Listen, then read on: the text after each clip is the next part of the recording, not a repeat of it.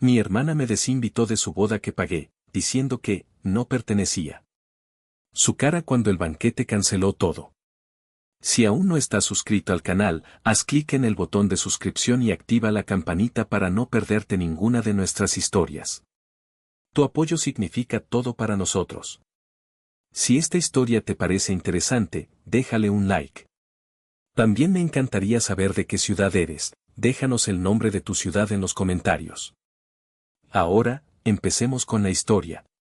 Bueno, pues aquí estoy, listo para soltar una historia que todavía me hierve la sangre nomás de acordarme, pero que también, no les voy a mentir, me dejó una que otra lección valiosa. Me llamo Javier, tengo 35 años, soy ingeniero y, la verdad, no me va mal. Me he partido el lomo, como decimos en México, para tener lo mío, pero parece que en mi familia, durante mucho tiempo, fui más bien el resuelve problemas oficial, el cajero automático con patas o el paño de lágrimas. Según se ofreciera. Desde que tengo memoria, siempre estaba ahí para apagar los fuegos, especialmente los de mi hermana menor, Sofía. Que si necesitaba para la inscripción de la universidad aunque ya le habíamos dado, que si el coche que le regaló mi papá necesitaba una reparación urgente y carísima cada 2 meses. Que si se había metido en una tanda de la que no podía salir, y ahí iba Javier, el hermano mayor, a sacar las castañas del fuego. No por obligación, sino por cariño, porque uno quiere a la familia, aunque a veces te saquen canas verdes y te hagan pensar si no se estarán pasando de listos. Sofía siempre fue especial. La princesa de la casa, la consentida de mi mamá Guadalupe, que siempre la justificaba con un es que es la más chica, Javier, compréndela o es que es muy sensible, no seas duro con ella. Y mi papá, Roberto, pues más bien de los que prefieren no meterse en problemas y darle la razón a mi mamá para mantener la paz. Así crecimos, y así me acostumbré, malamente, a ser el pilar. Hace como un año, Sofía nos dio la noticia, se casaba con Ricardo. Un tipo que, a ojos de mi hermana y mis papás, era un excelente partido. Familia de renombre, los Valdés, con negocios y, según ellos, mucha clase. En la cena donde lo anunciaron, todo era sonrisas y planes. Sofía, con esa habilidad que tiene para envolverte, empezó a describir la boda de sus sueños, una hacienda colonial espectacular, un banquete que quitara el hipo, flores importadas, música en vivo. Algo inolvidable, Javier, algo que realmente refleje quienes somos ahora, dijo, mirándome con esos ojitos de borrego a medio morir que tan bien sabe poner. Ricardo, a su lado, asentía con una sonrisita de suficiencia. Sutilmente, dejaron caer el tema del pequeño detalle de los costos. Que si la hacienda era una fortuna, que si el banquete de delicias regias, el más cotizado de la ciudad y dirigido por un tal don Carlos, era impagable. Ahí fue cuando mi corazón de hermano mayor, y un poco de tonto, la verdad, habló más fuerte que mi cartera. No te preocupes, hermanita, le dije, sintiendo el peso de las miradas expectantes. Yo les echo la mano con lo más fuerte, la hacienda y el banquete. Quiero que tengas la boda que siempre soñaste. Las sonrisas se ensancharon. Sofía me abrazó con lágrimas en los ojos, jurando que era el mejor hermano del mundo. Mi mamá me miró con aprobación y Ricardo me dio una palmada en la espalda, ¡qué detallazo, cuñado! En ese momento, quise creer que todo era sincero, que mi hermana de verdad apreciaba el gesto. Iluso de mí. Lo que sí hice, casi por instinto de mi profesión, fue empezar a guardar cada comprobante de transferencia, cada correo con acuerdos, cada factura. No porque desconfiara en ese instante, sino porque siempre he creído que las cuentas claras conservan las amistades y las familias. Una costumbre que, sin saberlo, se convertiría en mi salvavidas. Poco después, empezaron los pequeños extras. Oye, Javi, me decía Sofía con su vocecita más dulce, ¿crees que podrías ayudarnos también con las flores? Es que las que le encantaron a mi suegra, la señora Valdés, son unas orquídeas traídas de Holanda, divinas. Oh Ricardo, cuñado, fíjate que nos ofrecieron una barra de coctelería premium, con mixólogos profesionales, imagínate el nivelazo. Chance y podrías cubrir eso también, ¿no? Cedí en algunas cosas, pequeñeces comparadas con lo principal, pero una semillita de incomodidad, chiquita pero persistente, comenzaba a germinar en mi interior. Era el preludio de una tormenta que yo, en mi ingenuidad, no veía venir. Con el pasar de las semanas, me convertí en una especie de gerente de proyectos no oficial para la boda de Sofía y Ricardo, al menos en lo referente a los pagos. Me reuní varias veces con don Carlos, el dueño de Delicias Regias. Un señor mayor, de palabra, muy profesional. Creo que le caí bien porque yo era claro, directo y, sobre todo, puntual con los anticipos. Da gusto tratar con gente seria como usted, joven Javier, me dijo en una ocasión, y yo hasta me sentí orgulloso de estar haciendo las cosas bien para mi hermana. Mientras tanto, Sofía y Ricardo parecían flotar en una nube de glamour y exclusividad. Me usaban para la parte tediosa, la de soltar el dinero y coordinar la logística de los pagos con los proveedores principales, pero cuando se trataba de las decisiones divertidas o elegantes, la elección de la mantelería fina, la degustación del menú, a la que, por supuesto, no fui requerido, la lista de invitados VIP de los Valdés, yo era convenientemente excluido. Todo lo decidían ellos dos con la mamá de Ricardo, la señora Valdés, quien parecía ser la nueva gurú de estilo de mi hermana. Los comentarios sutilmente clasistas no tardaron en aparecer, disfrazados de consejos fraternales. Una tarde, mientras revisábamos unos pendientes de la hacienda, Sofía me soltó como si nada: oye, Javier, para la boda, deberías considerarte un traje de diseñador, ¿no crees? Algo de marca, para que no desentones tanto con los invitados de los Valdés, ya sabes cómo son de fijados. Me quedé frío. ¿Desentonar yo? ¿En la boda que estaba pagando en gran parte? Tragué saliva y solo atiné a decir: veré qué encuentro, Sofía. Pero la espina ya estaba clavada. Mis llamadas para preguntar si necesitaban algo o para confirmar detalles de los pagos empezaron a ser ignoradas con más frecuencia, o respondidas con prisas y monosílabos. Todo bien, Javier, luego te marco, estamos súper ocupados con los Valdés, te busco después. El distanciamiento era cada vez más evidente.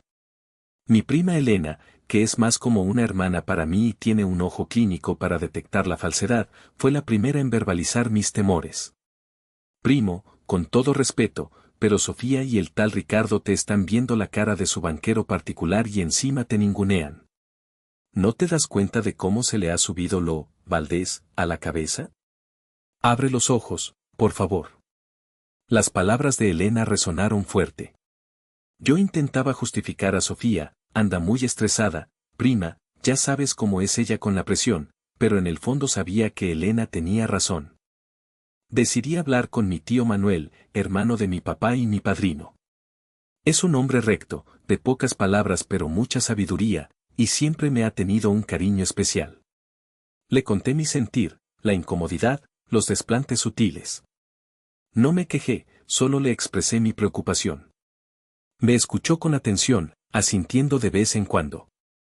Al final, me puso una mano en el hombro y dijo: mijo, el dinero facilita muchas cosas, pero jamás podrá comprar el respeto ni la gratitud genuina. Tú cumple con lo que ofreciste de corazón y con tu palabra, porque eso habla de quién eres tú. Pero protege tu dignidad y tu patrimonio como un león. Documenta absolutamente todo, cada centavo, cada conversación importante. Uno nunca sabe cuándo un papelito puede ser la diferencia entre la verdad y la calumnia. El consejo de mi tío Manuel fue como un bálsamo y una advertencia al mismo tiempo. Decidí seguirlo al pie de la letra. No solo guardaba los comprobantes, sino que empecé a hacer un resumen de los correos importantes y a tomar notas después de cada conversación telefónica relevante con Sofía o Ricardo sobre los gastos. Me sentía un poco paranoico, pero algo en mi interior me decía que estaba haciendo lo correcto. Mientras tanto, la fachada de la familia feliz y unida se agrietaba un poco más cada día, revelando los cimientos podridos que había debajo.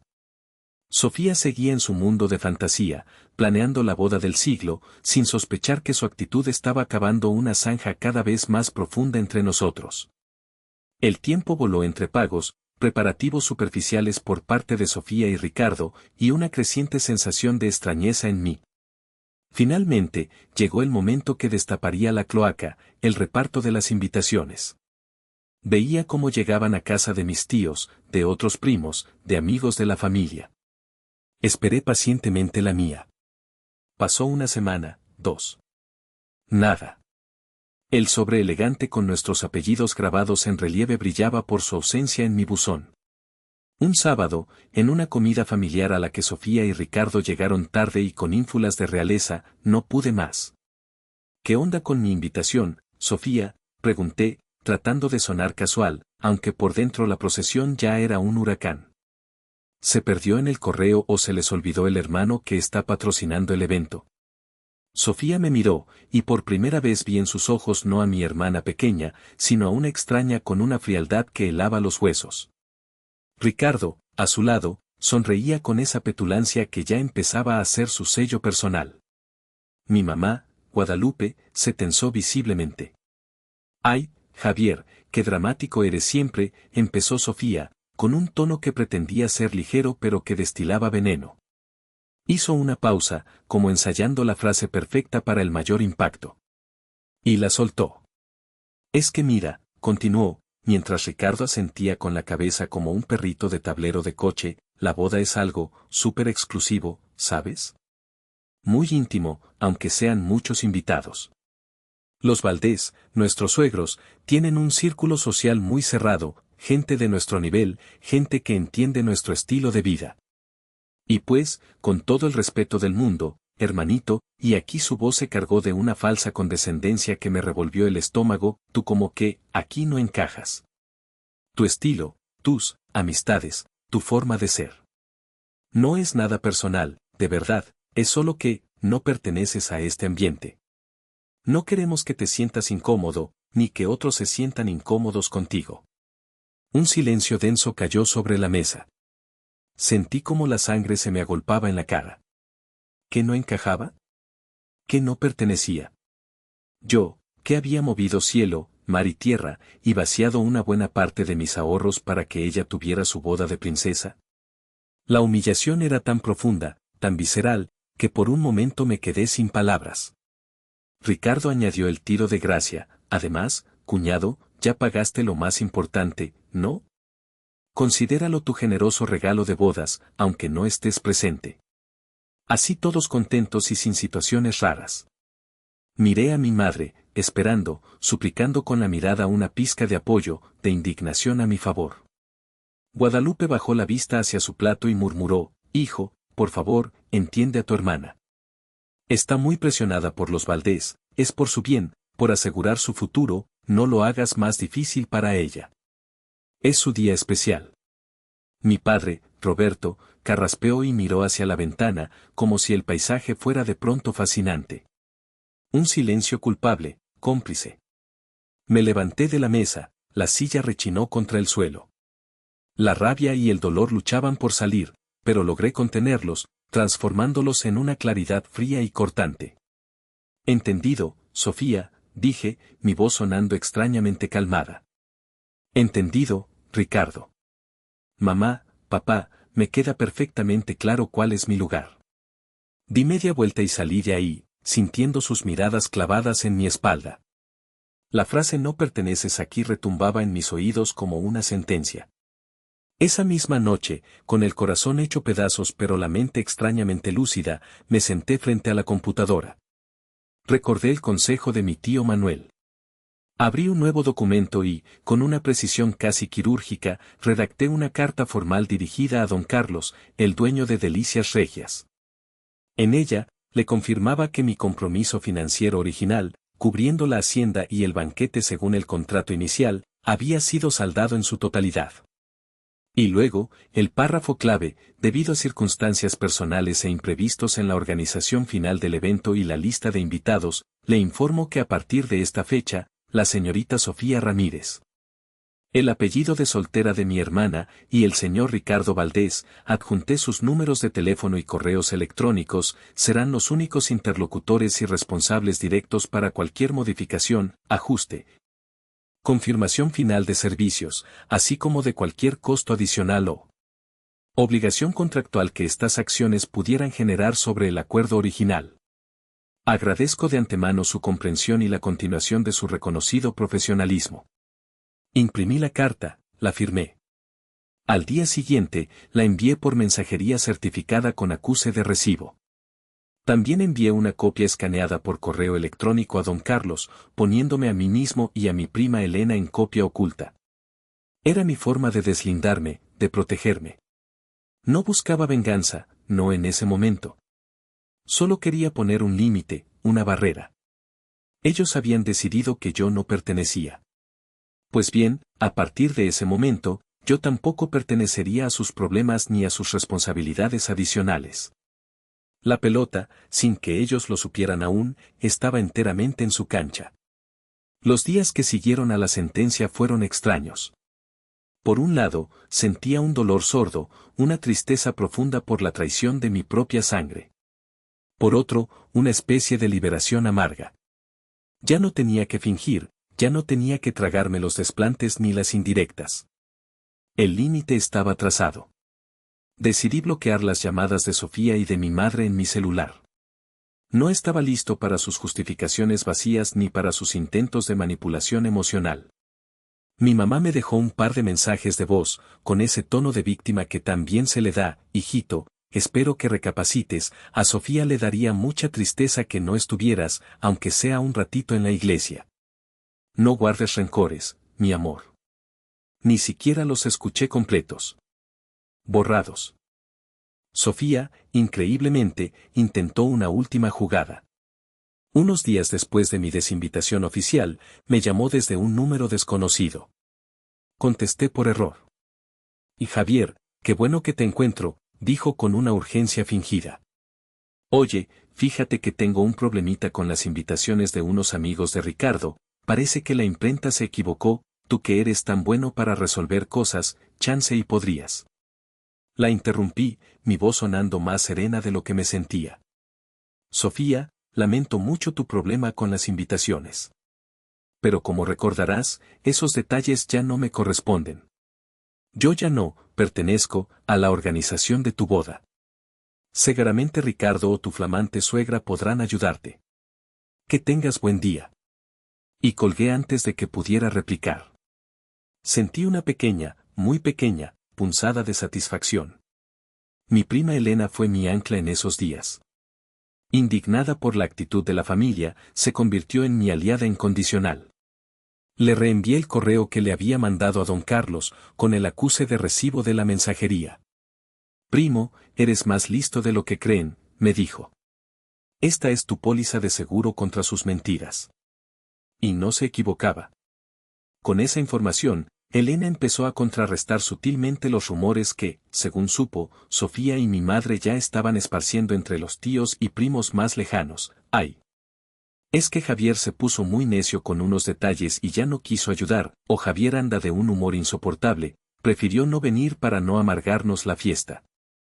Elena, con una sonrisa inocente, les comentaba a quienes le preguntaban, pues qué raro, yo sabía que Javier ya había pagado todo lo gordo hace meses y que estaba muy ilusionado. Algo debió pasar para que cambiara de opinión, ¿no creen? Sembraba la duda, la bendita duda. Mientras tanto, mi vida seguía. Me enfoqué en el trabajo, salía con mis amigos de siempre, Luis y Ana, quienes me escucharon, me apoyaron y me recordaron que mi valor como persona no dependía de la aprobación de mi familia tóxica. Esa gente no te merece, Javier, me dijo Luis una noche. Tú vales oro, y si no lo ven, es su problema, no el tuyo. Ana asintió, además, ya verás, el karma existe. En ese momento, no pensé mucho en el karma, solo quería encontrar un poco de paz. Lo que yo no sabía, pero que don Carlos me confirmaría mucho después, era lo que estaba sucediendo tras bambalinas con los nuevos responsables del contrato del banquete. Al parecer, don Carlos, al recibir mi carta y mi correo, entendió perfectamente la situación. Unos días después, Ricardo Valdés lo contactó. No para confirmar los detalles finales del menú y la logística, que era lo que correspondía, sino con una actitud de nuevo rico, exigiendo cambios sustanciales y extravagantes. Mire, don Carlos, le habría dicho Ricardo con tono de perdonavidas, el menú que eligió mi cuñado Javier está un poco pedestre, ¿no cree? Queremos algo más acorde a nuestros invitados. Langosta en lugar de ese salmón, y por supuesto, queremos champagne francés del bueno, nada de esas cavas españolas. Y obvio, esto no debería tener ningún costo adicional, ¿verdad? Que para eso mi cuñadito ya se mochó con una buena lana. Don Carlos, un hombre con décadas de experiencia tratando con todo tipo de clientes, simplemente le respondió con profesionalismo: señor Valdés, con gusto podemos ajustar el menú a sus preferencias. Permítame enviarle una cotización detallada con los costos adicionales que estos cambios generarían. Una vez aprobada y cubierto el importe correspondiente, procederemos con los ajustes. Ricardo, según me contaron, montó en cólera. ¿Pagar más? Pero si esta boda ya está más que pagada. Usted solo haga lo que le digo. La conversación, me imagino, no terminó bien. La tormenta perfecta se estaba gestando, y yo, afortunadamente, ya estaba a muchos kilómetros de distancia emocional de su epicentro. Llegó el gran día. El día de, o como quieran llamarlo. Yo, por supuesto, no tenía intención alguna de acercarme ni a la iglesia ni mucho menos a la hacienda. Mis amigos Luis y Ana, en un intento por distraerme y asegurarse de que no me hundiera en la miseria, me prácticamente secuestraron desde temprano. Fuimos al cine a ver una película de acción malísima pero entretenida, comimos en un lugar de hamburguesas deliciosas y grasosas, y pasamos la tarde tratando de no mencionar la palabra boda. Aunque era imposible no pensar en ello, sus esfuerzos me ayudaron a mantener la cabeza fría. Mientras tanto, a kilómetros de distancia, en la hacienda de ensueño, el circo de Sofía y Ricardo estaba en pleno apogeo. Según los mensajes esporádicos que me llegaban de Elena, quien sí tuvo que asistir por compromiso familiar, el ambiente era de una ostentación ridícula. Sofía, con su vestido carísimo y su peinado de revista, se sentía la reina del universo. Ricardo pavoneándose como si fuera el dueño del mundo. Los Valdés, padre y madre, supervisando cada detalle con ojo crítico, asegurándose de que todo estuviera a la altura de su linaje. Todo parecía perfecto en la superficie, una ilusión de felicidad y opulencia construida sobre cimientos de arrogancia y desprecio. La ceremonia religiosa transcurrió, supongo, sin mayores contratiempos. Los problemas empezaron, como era de esperarse, a la hora del banquete. Los invitados, elegantísimos ellos, después de los abrazos y las felicitaciones de rigor, fueron pasando a la zona donde se serviría la comida. Las mesas estaban impecablemente puestas, la decoración floral era exuberante, segaramente las orquídeas holandesas por las que Sofía me había querido sacar más dinero, pero había un detalle inquietante.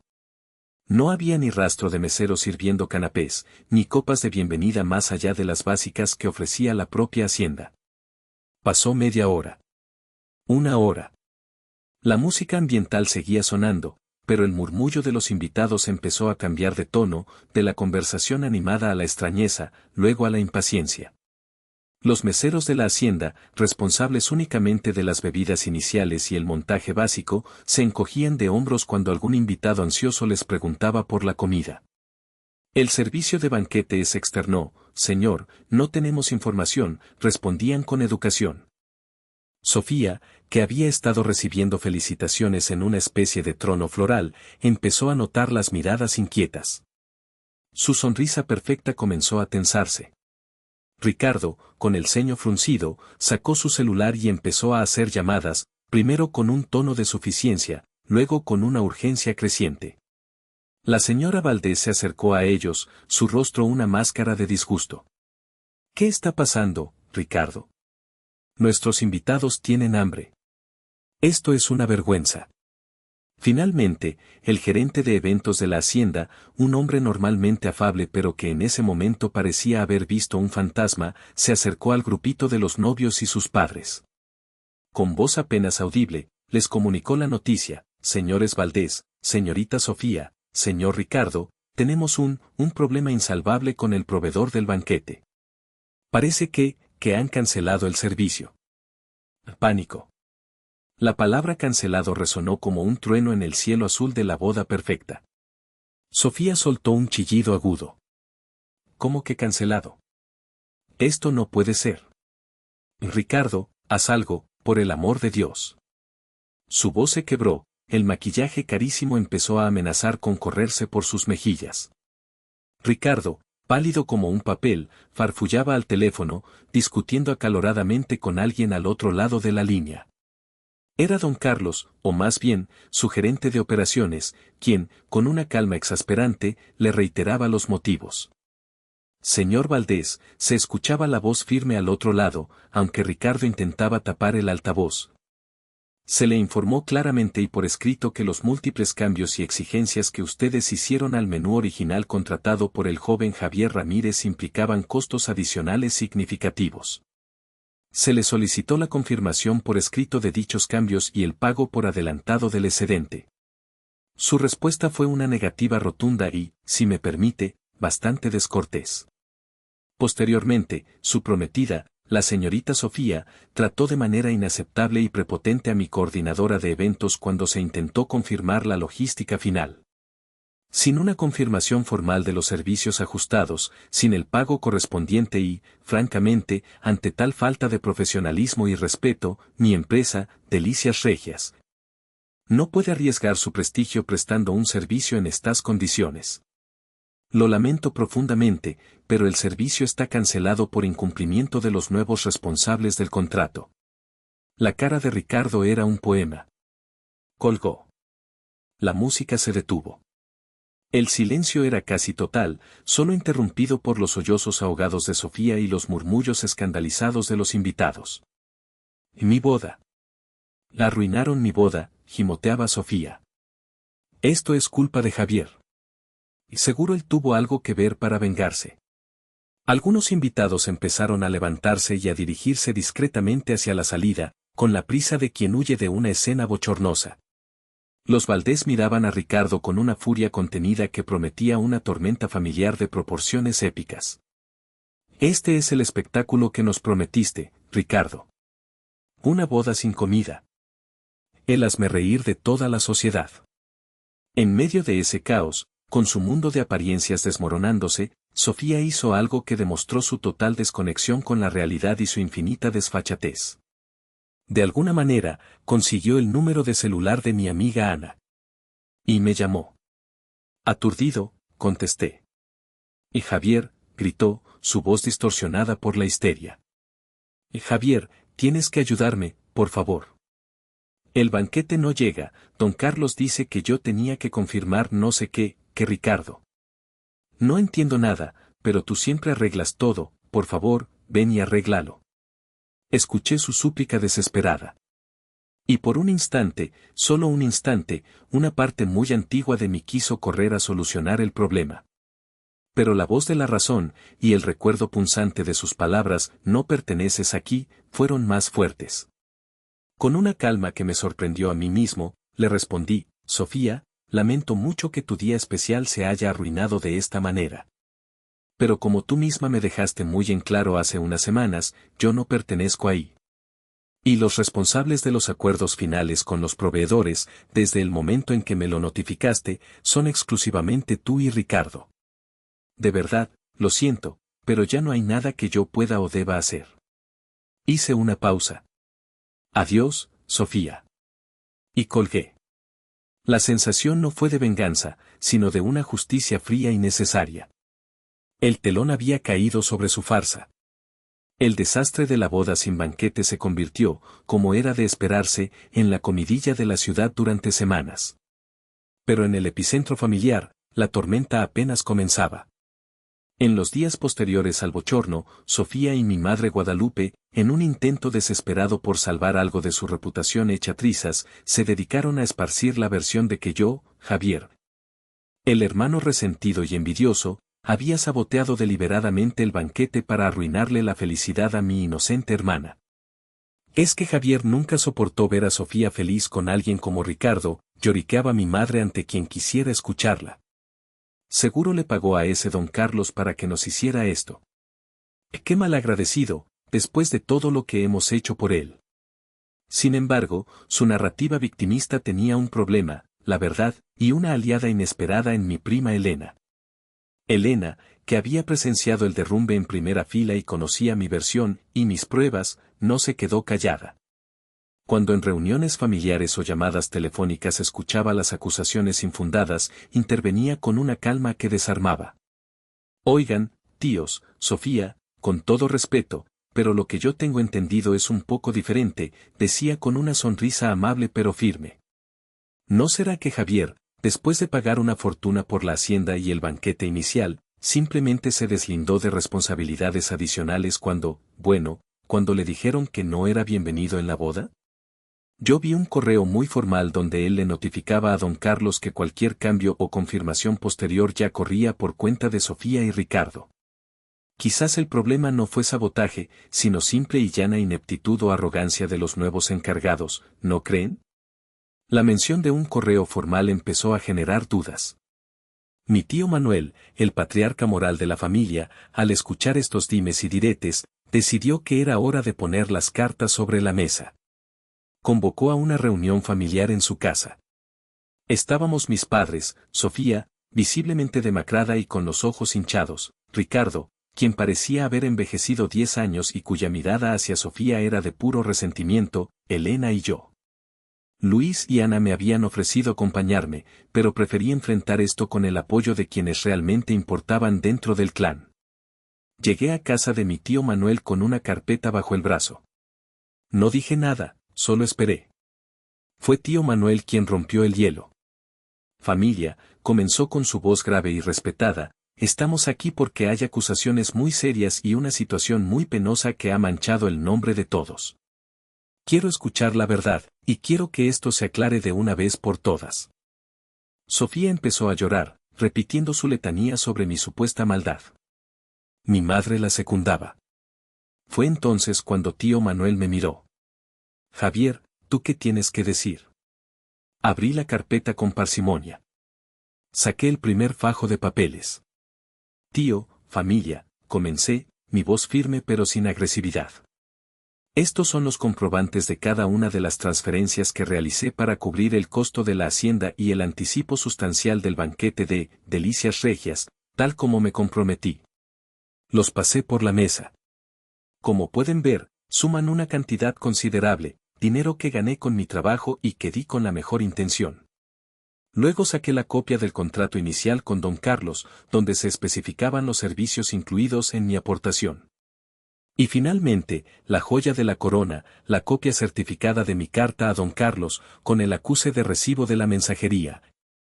Y la impresión del correo electrónico donde le notificaba formalmente que Sofía y Ricardo asumían toda responsabilidad contractual y financiera para cualquier cambio o confirmación posterior, debido a circunstancias personales e imprevistos en la lista de invitados. Señalé la fecha, varios días antes de la boda, justo después de que se me informara que no pertenecía. Como pueden ver, continué, yo cumplí con mi palabra y con mi aportación económica. Cuando se me comunicó que mi presencia no era deseada en el evento, lo único que hice fue formalizar mi deslinde de responsabilidades futuras para proteger mis finanzas y evitar malentendidos. Tal como cualquier persona sensata haría. No cancelé nada, no saboteé nada. Simplemente dejé la responsabilidad en manos de quienes sí, pertenecían y estaban a cargo de la toma de decisiones. El silencio en la habitación era tan denso que se podía cortar con un cuchillo. Sofía dejó de llorar y me miró con los ojos desorbitados, como si acabara de ver un fantasma. Ricardo tragó saliva ruidosamente. Mi madre Guadalupe se cubrió la boca con una mano, su rostro pálido. Mi padre Roberto, por primera vez en mucho tiempo, miró a Sofía no con indulgencia, sino con una profunda y palpable decepción. Tío Manuel revisó los documentos lentamente, asintiendo.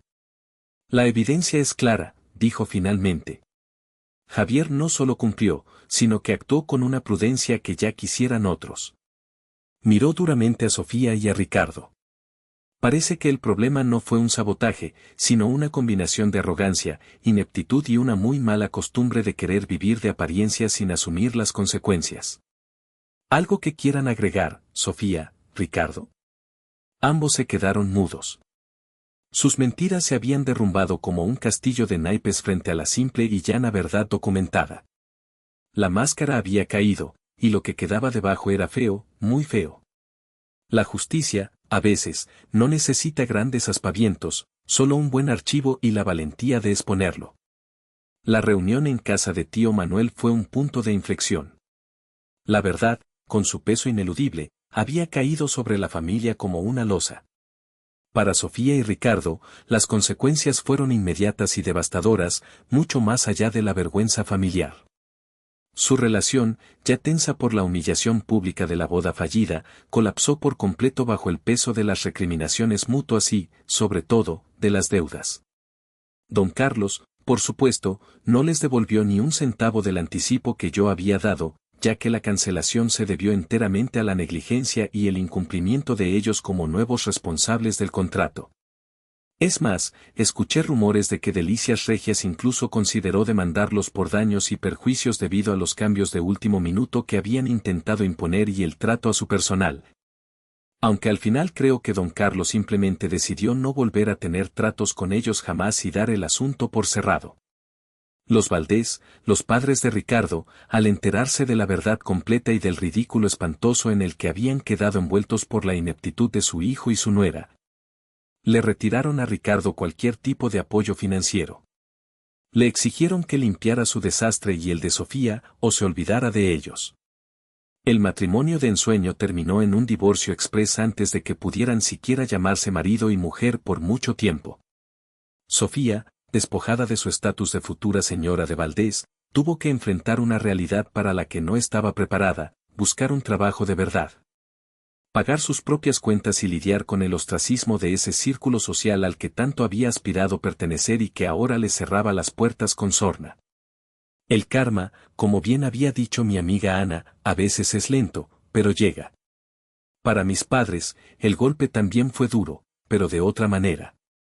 Guadalupe, mi madre, pasó días llorando, no por Sofía, sino por la culpa y la vergüenza de haberse dado cuenta de su ceguera, de cómo había consentido y justificado a mi hermana a expensas mías durante tantos años. Roberto, mi padre, más callado pero no menos afectado, empezó a mostrar un respeto hacia mí que nunca antes había sentido de su parte. Unas semanas después, mis padres me pidieron hablar. Fuimos a un restaurante tranquilo. La disculpa de mi madre fue la más sentida y honesta que le había escuchado en la vida. Hijo, me dijo con los ojos llenos de lágrimas, perdóname. Perdóname por no haberte defendido, por no haber valorado tus sacrificios, por haber sido tan injusta contigo y tan ciega con tu hermana. No hay excusa para mi comportamiento. Espero que algún día puedas perdonarme de verdad. Mi padre, con su habitual parquedad, tomó mi mano por encima de la mesa. Javier, tu madre tiene razón. Me avergüenza no haber sido el padre que merecías en esta situación. Esta casa, nuestra casa, siempre será tu casa, y siempre serás bienvenido y respetado como te mereces. Acepté sus disculpas. Eran sinceras, lo sentí. Pero también les dejé claro que las cosas tenían que cambiar. Que el respeto y la consideración debían ser mutuos, y que yo ya no estaba dispuesto a ser el tapete de nadie. La relación con ellos comenzó a sanar, lentamente, construida sobre bases más honestas. Con Sofía, con Sofía la relación quedó rota. Ella nunca me ofreció una disculpa genuina, creo que en el fondo seguía culpándome por su desgracia. Nos cruzamos en alguna reunión familiar inevitable mucho tiempo después, y apenas intercambiamos un saludo forzado. Hay puentes que, una vez quemados, es mejor no intentar reconstruir. Yo, por mi parte, sentí una liberación inmensa. Había recuperado mi dignidad, y aunque nunca busqué activamente la venganza, no podía negar una cierta sensación de justicia poética. Me enfoqué en mis proyectos, en mi trabajo, en mis amigos Luis y Ana, que estuvieron ahí en las buenas y en las malas. Mi tío Manuel se convirtió en un confidente aún más cercano, y nuestras charlas se hicieron más frecuentes. Al final, la boda exclusiva de mi hermana lo fue tanto, que hasta el banquete decidió no asistir. Yo aprendí una lección carísima, pero invaluable: mi valor como persona no reside en la aprobación de los demás, ni siquiera de mi propia familia. Aprendí que poner límites no es egoísmo, es autorrespeto.